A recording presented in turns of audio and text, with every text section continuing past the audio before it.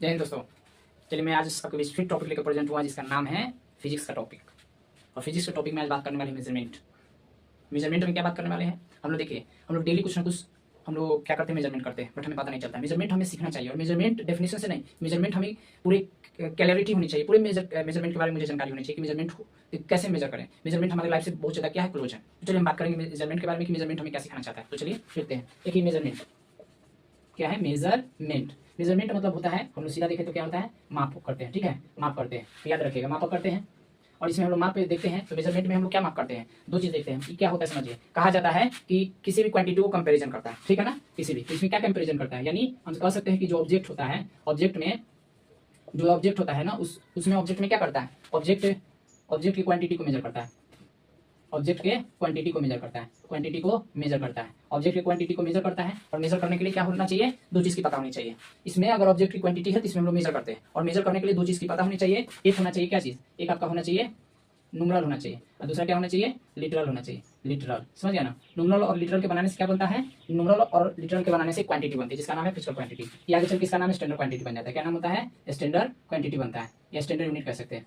Standard unit बनता है, standard unit बनता है। देखिए न्यूमरल में क्या होता है, नंबर आता है। लिटरल में क्या आता है, लिटरल में आपका लीटर आता है। दोनों को मिलाने से यूनिट हो जाता है। तो सीधा सीधा हम कह सकते हैं कि यूनिट भी हो सकता है। तो देखिए यहाँ पे कोई भी नंबर ले लीजिए, अगर 2 में मल्टीप्लाई किया जाए, अगर मान लीजिए कि कितना से, केजी से, तो क्या हो जाएगा आपका ये 2 kg। तो 2 kg क्या हो गया, 2 kg स्टैंडर्ड यूनिट हो गया। यानी ये इसका मैग्नीट्यूड है। क्या है ये, मैग्नीट्यूड है। यानी हमें इसमें ये बताता है कि जो हम इसमें कोई भी चीज बनाते हैं क्वांटिटी, तो क्वांटिटी में दो चीज आता है, न्यूमरल और लिटरल आता है। और दोनों मिलकर ये बता देता है कि ये 2 में केजी जो कन्वर्ट किया गया है वो कितना बार आया है, तो 2 बार आया है। यानी केजी में, केजी को हम 2 बार क्या किए हैं, 2 बार यूज किए हैं। 1 kg 1 kg। ओके, अब यहाँ पर ये क्या बन गया, स्टैंडर्ड यूनिट। देख लो, ये क्या है, न्यूमरल है, और ये क्या है, लिटरल है, और ये क्या है, स्टैंडर्ड यूनिट है। और इसी से क्या बन गया, आगे चल के मैग्नीट्यूड बन गया। तो क्या हो गया, ये ऑब्जेक्ट का क्वांटिटी है, जो हम क्या करते हैं, ऑब्जेक्ट का क्वांटिटी हम मैग्नीट्यूड के अकॉर्डिंग बता देते हैं। ठीक है, और इसको बताने के लिए हम जो भी यूनिट का यूज करते हैं उसका नाम क्या है, फिजिकल यूनिट। क्या करते हैं, फिजिकल क्वांटिटी बोलते हैं। क्या बोलते हैं, फिजिकल क्वांटिटी बोलते हैं। याद रखिएगा, फिजिकल क्वांटिटी में हम एक चीज देखते हैं कि वो क्या है, एकदम फ्रीडम है, नॉन फ्रीडम है। यानी एक होता है कि हम जो है एक सिस्टम से चलते हैं तो हो गया नॉन फ्रीडम, एक हो गया ऑटोमेटिक चलते हैं तो ये हो गया क्या हो गया,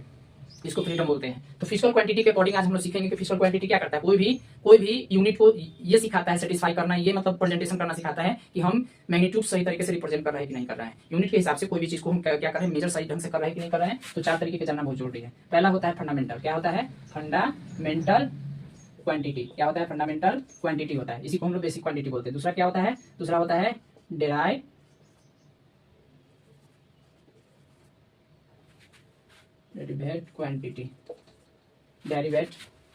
क्वांटिटी। चलिए नेक्स्ट हम लोग देखते हैं।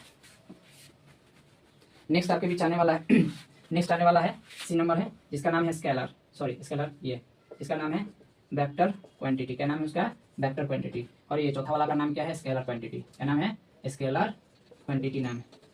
तो चलिए इस चार को समझते हैं। समझ गया ना। इस फिजिकल क्वांटिटी को समझने के लिए 4 तरह की क्वांटिटी अगर आपके दिमाग में समझ गए हैं तो बेसिकली आपको ये समझ में आएगा। ठीक है, याद रखिएगा। इस तरीके से हम लोग डेली इसका यूज करते हैं, तो ये आपको जानकारी होना बहुत जरूरी है। तो चलिए चारों सीखते हैं। पहला नंबर है फंडामेंटल क्वांटिटी। फंडामेंटल क्वांटिटी में क्या बताएगा, ये कदम फ्रीडम होता है।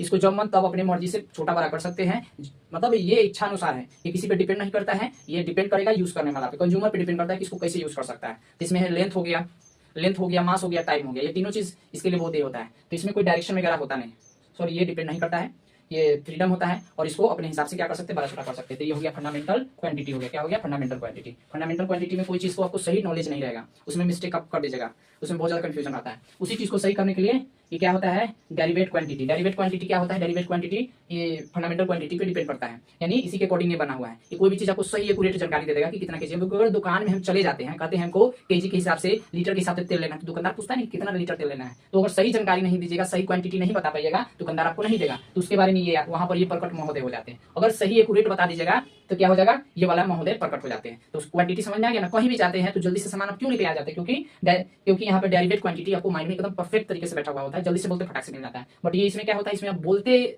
जाते हैं लेकिन नहीं बोल पाते, क्योंकि वहां पर कंफर्म नहीं है।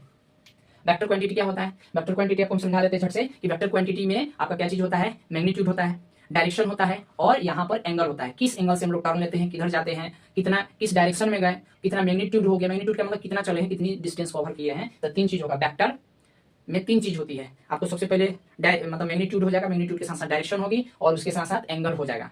समझ गया ना। तो ये 3 चीज वाला रहेगा, उसको क्या कहते हैं, वेक्टर क्वांटिटी। लास्ट वाला क्या है, स्केलर क्वांटिटी। स्केलर क्वांटिटी में आपको एंगल दिखेगा, क्या दिखेगा, एक ही मास दिखेगा। समझ गया ना। अंधा है तो अंधा को पता नहीं चलता कि किस डायरेक्शन में जाते हैं और कितना एंगल पे टर्न है, उसको कुछ पता नहीं है, सीधे बोले कि हम चलते जा रहे, इसको कहते हैं स्केलर क्वांटिटी।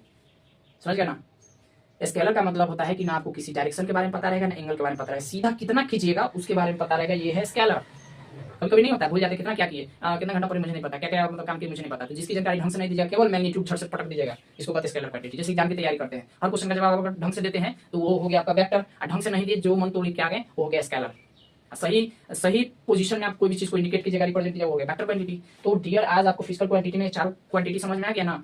क्वांटिटी ये जानकारी हमने इसलिए दिया है ताकि आप इसे अनजान न हो, इसलिए इसका सही मायने में आपको हम जानकारी बता दिए। अब आप इसका सही यूज करोगे और बताना कमेंट सेक्शन में कि आपके लिए कितना हेल्प कर रहा है कि नहीं कर रहा है। तो चलिए गाइस, हम लोग मिलते हैं नेक्स्ट वीडियो में। Thank you very much. जय हिंद, जय भारत। ओके।